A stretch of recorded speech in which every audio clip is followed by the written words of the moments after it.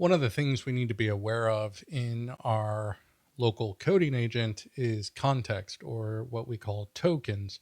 The way that we generally measure tokens is you just take all the messages and divide them by 4. And that means every 4 characters is a token. So what I did is I created this estimated tokens here in this compact file, brought that into our index. And right here at the beginning of our loop, I said, give me a token count. And just to show how this works, I'm going to try to do something that generates a lot of tokens. So I'm going to say, give me 50 writing prompts. So just that was 14 tokens. So after this comes back, I'll ask it something trivial and we'll see what the current token count is.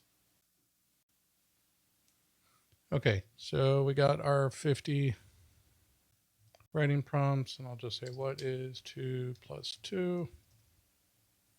And our token count is approaching 1,000. So in memory, we have roughly 4,000 characters in our message history. So what we're going to do here is we're going to compact that history. And we're just going to automate it. So it's not going to be a tool that the agent needs to use. We're just going to do it. We're going to set it to automatically happen. So in my config, I'm going to create a new const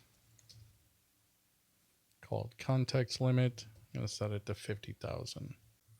We'll bring all the stuff in that we need. So we've got generate text, we've got our model, our API, and our context limit. Now we're going to have a couple internal ones here. So keep recent is going to be 3. I'll explain that in a second. Then we're going to have const preserve tools. And that's going to be a set. And for right now, we're just going to be preserving read file. So these are specifically about tool calls. I'm going to go ahead and keep the most recent 3 tool calls.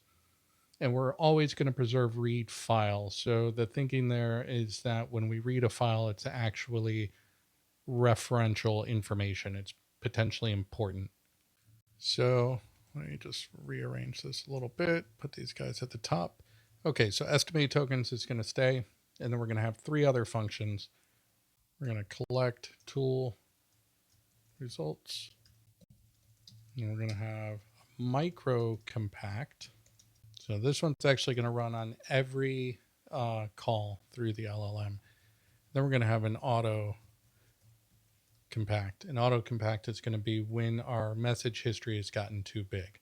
I'm going to drop in a little type here and close this sidebar. Okay, so the type is actually just what our messages look like. And I do want to mention that when the content of a message is just a string, that just means it's text. There's nothing there for us to really concern ourselves with. We'll concern ourselves with it in the auto compact, but not in the tool results or the micro compact.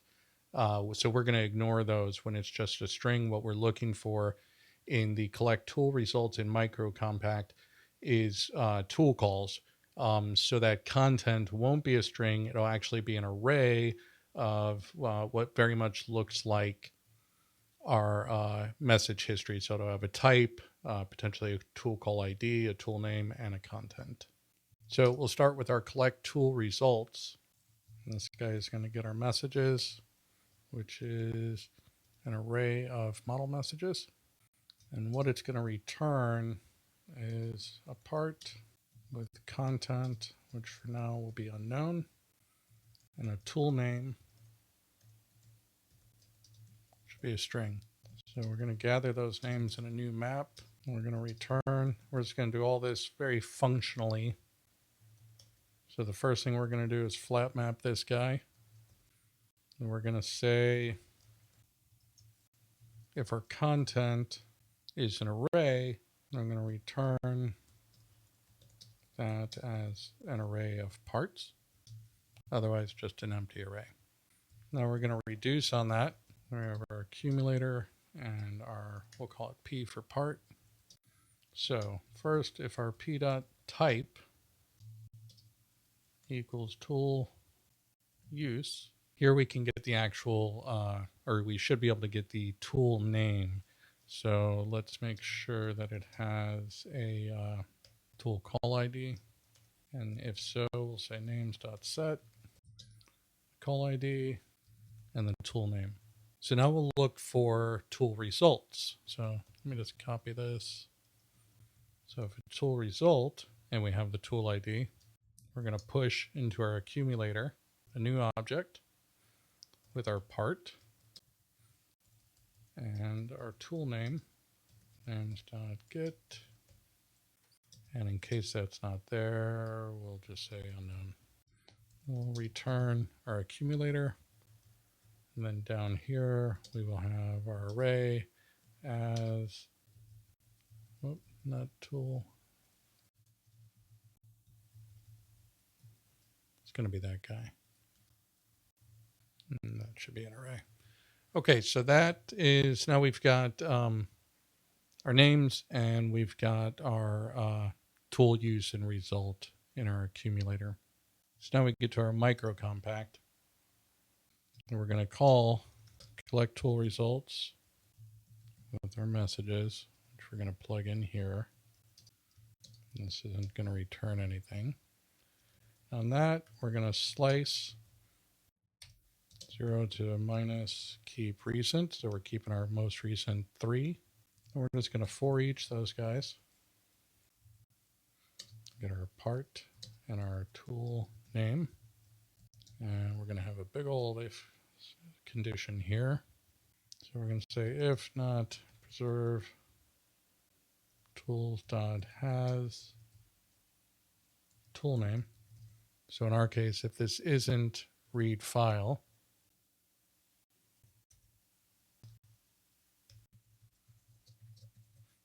and the contents string, and for good measure, we're going to check to see if the length is greater than 100. And if all of that is the case, we're going to say part.content equals, and we're just going to say previous used tool name. So what we're doing is we're actually replacing that message in the history with used tool name. So we're just throwing it away more or less. So we're just keeping a reference that it's there. The rest of the structure for the way that AI SDK works with this is still in place. So we're fine there. We haven't broken the history. We're just stripping out that content and saying this was the result of a tool name or whatever. We still keep track of what tool was called, the order in which it was called. All of that remains intact. The message history is there. It's just really that the results of this guy are stripped out and we just say we use this and we don't really care what the results of it were. Okay, and then for this, what we're going to do, we're going to bring all this into our index. And at the very beginning of each of our interactions, we're just going to drop in micro compact messages. So it's just going to strip out everything except the last 3, and we're also excluding read files. So everything else, long bash outputs, catting files, all that stuff is going to go away. Okay, so now we have our auto compact. If you notice, I brought in generate text or model, all this good stuff. Oh, you know what, this context limit? Oh, we're not using that yet. Okay, so all those things we haven't used yet. And what's groovy about this is we're actually just going to use the LLM to summarize all this stuff. So we're going to take in our messages. Let's model messages again. And here we're actually going to use the AI. So await generate text of our model, which is our API.chat model of our messages. And we've done all this before, so I'm not explaining a bunch here, but this is how we interact with our Llama service. So we're passing in the model, which we've already got in our config, and now the messages. We just got done iterating through a bunch of those, but this one will just be a user message. So role user, and then the content It's going to be this right here. So it's pretty long. Summarize this conversation for continuity. Include what was accomplished, current state, and key decisions made. Be concise. And then we just pass in all our messages and slice it. We slice it to the context limit. That's it. And we're going to return a new message history. That's it. So let me just grab this instead of that content. I'm going to say conversation compressed. Here's the text. Otherwise, there's no summary. And that is all there is to that. We are going to jump back over to our index.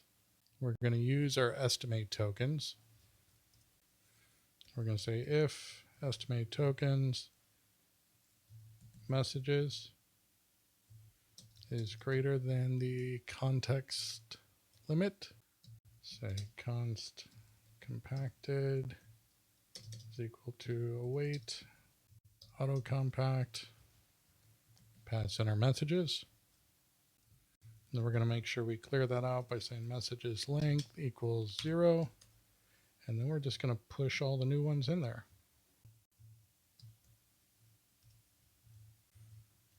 Clean this up. And that's everything. So on every call, we are going to do this micro compact, make sure that our tool calls are getting reduced. We're always keeping those last 3, and we're always keeping read file. And if we hit the context limit, which in our case is 50,000, we are going to automatically compact those messages. Now, I'm going to pause the video here while I try to figure out a really good way to show that this is occurring. So I did 2 things here. One, I dropped our context limit down to 3,500. And the other thing I did is I just reworked this a little bit. Get our estimated tokens outside of the check, console log out what our tokens are. And then we do our compacting. And what I did is I log out, we're compacting at, and then console log our new tokens. So 3,500 should be pretty easy to hit. So I'm going to say, give me 100 writing prompts. So we're at 14 and a quarter. Okay, so we'll ask it something simple now and see where we're at. So we're at 1648. So give me 200 more writing prompts. Okay, there's our 200. Let's see where we're at. Okay, so we were at 4,443 tokens, and it's compacting now. And again, remember in this case, it's actually firing off a new request to the LLM in a new session to summarize the content of those messages. And our new tokens are down to 122 and 75. So there you go. We are automatically compacting all of our message history. We went from almost 4,500 tokens down to 122. And you can see from its response here, it clearly hasn't lost any of the thread. It's still talking about the writing prompts from our message history. So there you go. We could essentially assume that we could work on a large code base for, if not forever, a very, very long time with this new compaction without concerning ourselves about the context getting too large.